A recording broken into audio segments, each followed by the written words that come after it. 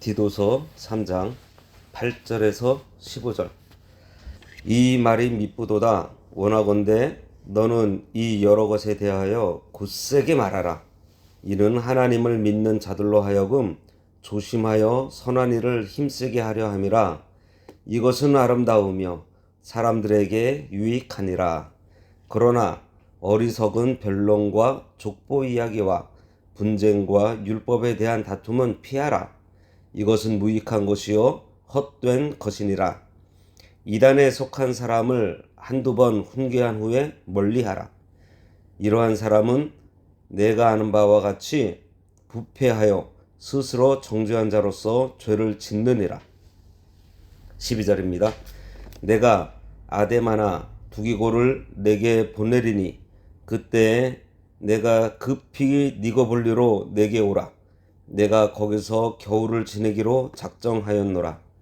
율법교사 세나와 아볼로를 급히 먼저 보내어 그들로 부족함이 없게 하고 또 우리 사람들도 열매 없는 자가 되지 않게 하기 위하여 필요한 것을 준비하는 좋은 일에 힘쓰기를 배우게 하라. 나와 함께 있는 자가 다 내게 무난하니 믿음 안에서 우리를 사랑하는 자들에게 너도 무난하라. 은혜가 너희 무리에게 있을지어다. 아멘. 오늘 말씀의 제목은 복음을 굳세게 말하라 입니다. 오늘 말씀의 핵심은 8절에 너는 이 여러 것에 대하여 굳세게 말하라 입니다.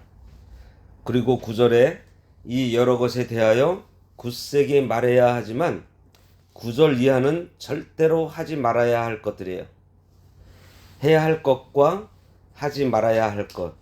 해야 할 것들은 열심히 집중해서 에너지를 쏟아서 힘써서 하고 9절에 있는 것은 피하라고 말씀하고 있습니다. 대적해서 싸우지 말고 피하라고 되어 있어요.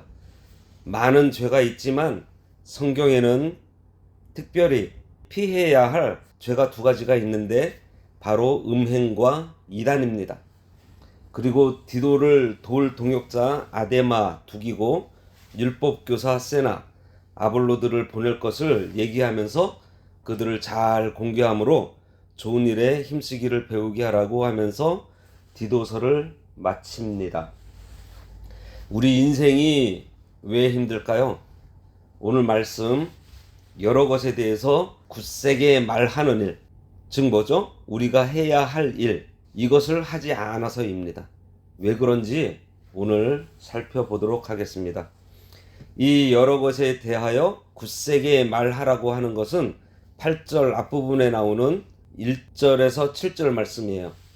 정확하게 얘기하면 3절에서 왜냐하면 이라고 시작하면서 7절까지의 구원에 관한 말씀입니다. 이 부분에 대해서 굳세게 말하라는 거예요. 8절에 여러 것에 대하여 굳세게 말하라. 여기서 여러 것이라고 하는 것은 3절부터 7절 말씀입니다. 앞에 3절부터 7절까지의 내용이 어떤 내용인지 우리가 늘 기억하고 생각할 수 있어야 하고요. 제 생각에는 이 3절에서 7절 말씀은 우리가 암송을 하면 참 좋겠다는 생각이 들어요. 우리가 세상 사람들에 대해서 넉넉할 수 있고 선행할 수 있는 이유가 무엇이냐? 이렇게 얘기하면서 바울이 바로 이끌고 가는 곳이 어딘가 하면 복음의 본질입니다.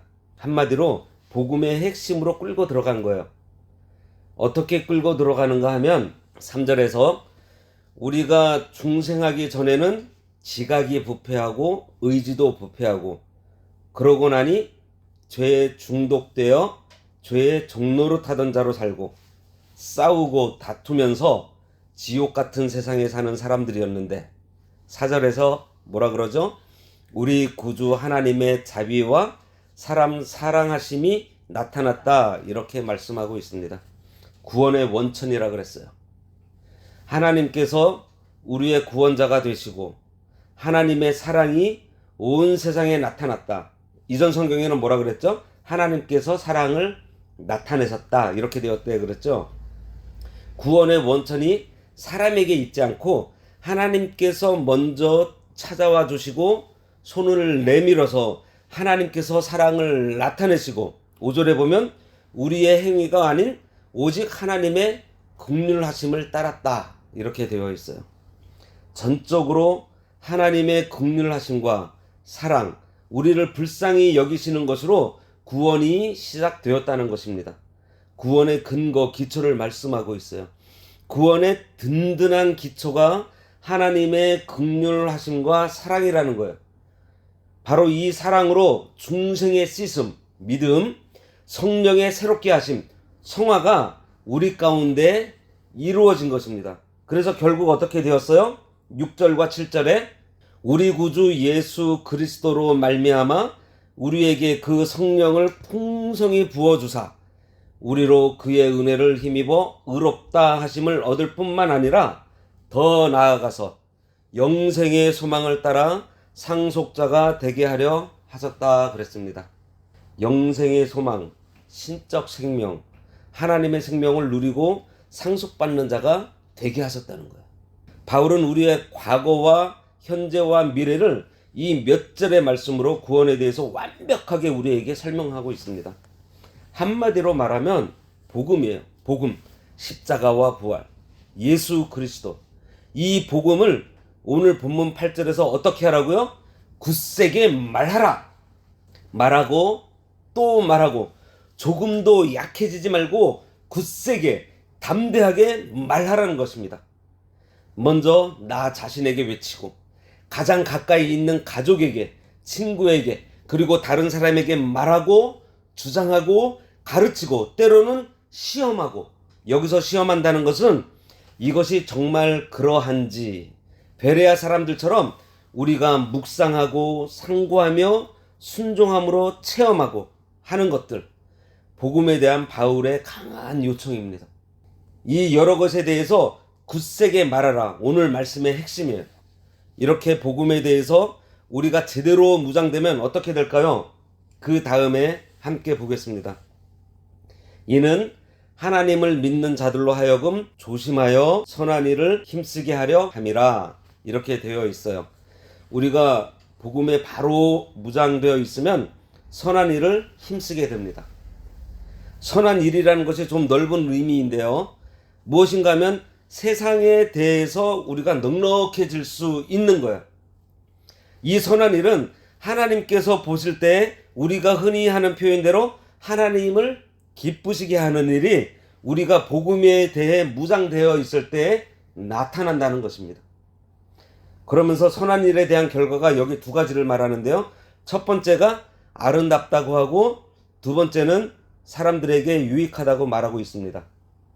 이것이 무슨 이야기죠? 이렇게 복음에 무장이 되면 선한 일에 힘쓰게 되겠죠. 하나님께서 기뻐하시는 일에 우리가 에너지를 쓰게 돼요. 하나님께서 기뻐하실 일에 우리가 전심전력해서 우리의 인생을, 내 시간을 거기에 사용하고 투자를 하게 된다는 거예요. 그 결과가 무엇인가 하면은 첫 번째, 우리 자신을 말하는 거예요. 그리스도인인 우리 자신이 아름다워집니다. 그래서 나 스스로가 살고, 두 번째는 타인에 대해서요. 다른 사람에게 유익하다는 이 말은 다른 사람을 살린다는 말입니다. 우리가 아름답게 되고 그것으로 사람을 살리는 일이 되고 나도 살고 너도 살고 복음에 대해서 굳게 선 사람들, 복음에 대해서 무장된 사람들은 이 세상에 대해서 어떻게 할 수 있는가 하면 마태복음 5장 39절에서 42절입니다. 나는 너희에게 이르노니 악한 자를 대적하지 말라. 누구든지 내 오른편 뺨을 치거든 왼편도 돌려대며 또 너를 고발하여 속옷을 가지고자 하는 자에게 겉옷까지도 가지게 하며 또 누구든지 너로 억지로 오리를 가게 하거든 그 사람과 심리를 동행하고 내게 구하는 자에게 주며 내게 꾸고자 하는 자에게 거절하지 말라. 이렇게 할 수 있습니다. 왠지 아세요? 세상에 대해 넉넉해졌기 때문입니다. 복음에 굳게 서면 세상에 대해서 넉넉해집니다. 선한 일에 힘을 쓰게 되니 우리가 아름답게 되고 다른 사람을 살리는 일을 함으로 유익하게 하고 나도 살고 다른 사람들도 살고 하는 이러한 역사가 일어나게 되는 거예요. 이것이 뭐예요? 교회예요.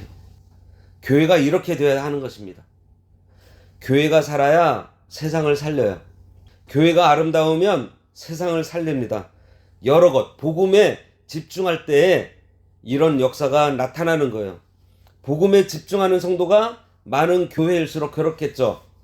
제가 3절에서 7절까지 3주 동안 집중해서 함께 나눈 이유가 여기 있습니다.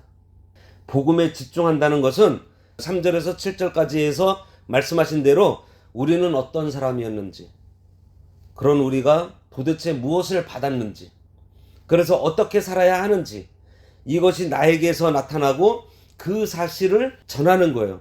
바로 이것에 굳세게 되고 튼튼해질수록 우리가 살게 되어 있습니다. 우리가 살게 되므로 어떻게 해요? 세상을 살리는, 바울이 디도에게 전하는 편지의 핵심은 바로 여기에 있다고 할 수 있습니다.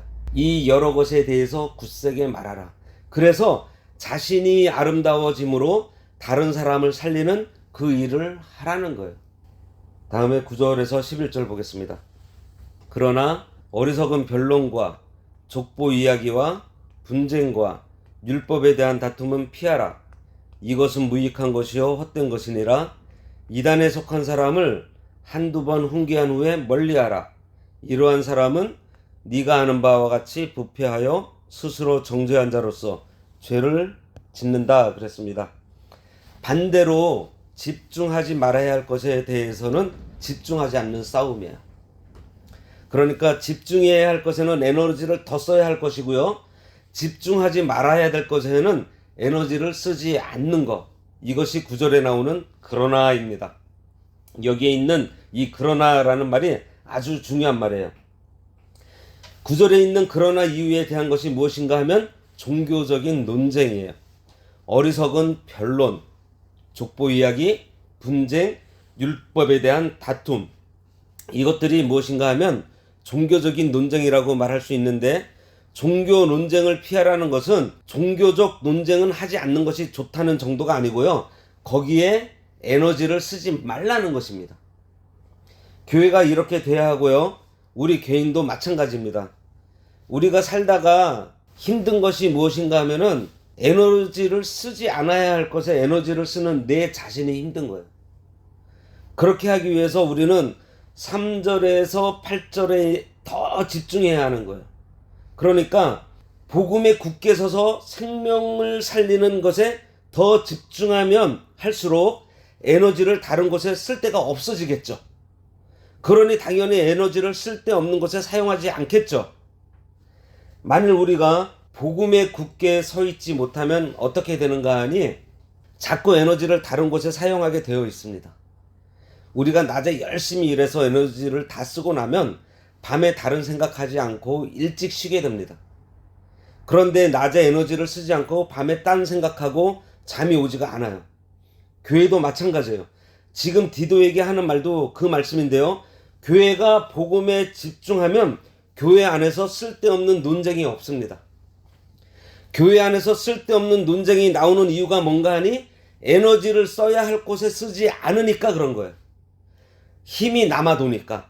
그러니까 에너지를 여기에 쓰지 않도록, 그런 생각을 하지 않도록 애를 쓰는 것보다 우리가 에너지를 써야 할 곳, 복음을 전하는 데에 에너지를 써버리면 논쟁하려는 에너지가 없어진다는 것입니다. 그래서 여기서 이단을 한두 번 훈계한 후에 멀리하라고 한 말을 우리가 명심해야 해요. 이단도 사람이고 이들도 바로 가르쳐서 하나님의 뜻을 바르게 알도록 해야 하니 우리가 그들을 바꿔야 되는 거 아닌가? 라고 생각할 수 있는데요. 오늘 본문에서는 그렇게 말씀하고 있지 않아요.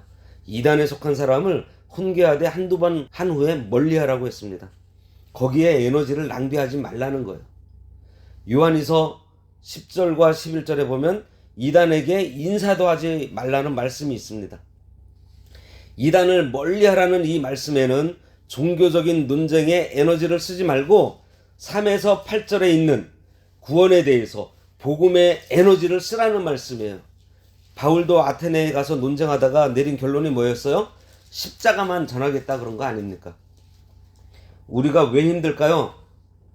에너지를 써야 할 곳에 쓰지 않고 되는 일에 힘을 쏟지 않고 아무리 에너지를 써도 되지 않을 일에 힘을 쏟다 보니 힘든 거예요. 12절과 15절입니다. 내가 아데마나 두기고를 내게 보내리니 그때에 내가 급히 니고 볼리로 내게 오라. 내가 거기서 겨울을 지내기로 작정하였노라. 율법교사 세나와 및 아볼로를 급히 먼저 보내어 그들로 부족함이 없게 하고 또 우리 사람들도 열매 없는 자가 되지 않게 하기 위하여 필요한 것을 준비하는 좋은 일에 힘쓰기를 배우게 하라. 나와 함께 있는 자가 다 내게 무난하니 믿음 안에서 우리를 사랑하는 자들에게 너도 무난하라. 은혜가 너희 무리에게 있을지어다. 이 부분은 디도서를 마치는 부분으로서 바울이 디도에 대한 개인적인 부탁과 문안 인사입니다. 여기서 바울은 자신의 선교 일정에 대해서 간단하게 언급한 다음에 디도에게 그레데 교인들과 더불어 자신의 동역자들을 잘 돌보아 줄 것을 부탁해요. 그리고 이렇게 동역자들을 돕는 일을 성도가 맺어야 할 합당한 열매라고 강조하고 있습니다.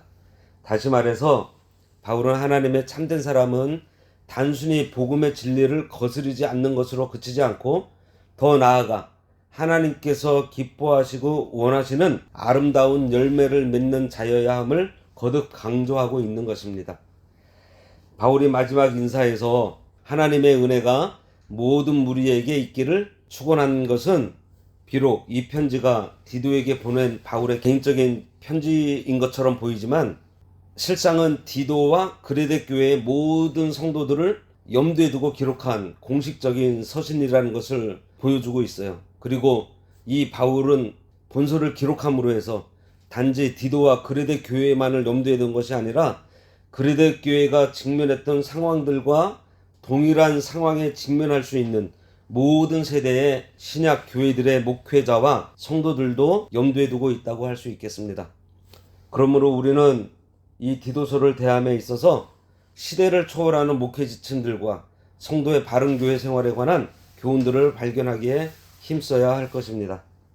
오늘 우리가 디도서의 마지막 결론의 말씀처럼 복음에 대해서 내가 누구였고 예수 그리스도를 통해서 뭐를 받았고 장차 우리가 누리게 될 것이 무엇인지 굳게 말하라고 했으니 우리가 이것에 더욱 집중해야 할 것입니다.